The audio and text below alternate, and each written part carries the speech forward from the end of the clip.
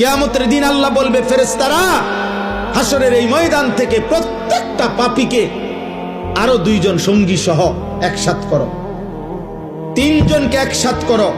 1 পাপী, 2 ওয়া আজওয়াজাহুম, ওই পাপ কাজটি তার সঙ্গী যে ছিল, যার সঙ্গী হয়ে যার সঙ্গ নিয়ে সে এই গুনার কাজটা করত, ওরও একসাথ করো।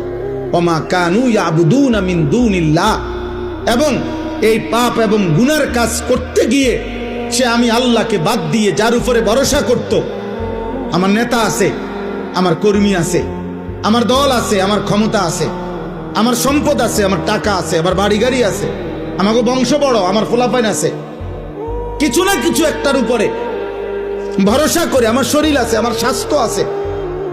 আল্লাহর কসম, প্রত্যেক পাপী, আমি কিংবা তুমি, পাপ করার মুহূর্তে তার একটা না একটা আস্থা আছে কারো উপরে, আল্লাহকে বাদ দিয়া, নাহলে হে নাফরমানি করছে কেমন। আল্লাহ বলবেন ফেরেশতাদেরকে, ওরও ডাকো, এই 3 নাফরমানকে একসাথ করো, পাপী, পাপীর সঙ্গী এবং পাপ কাজে সে যার উপরে ভরসা করছে, যার উপরে নির্ভর করছে।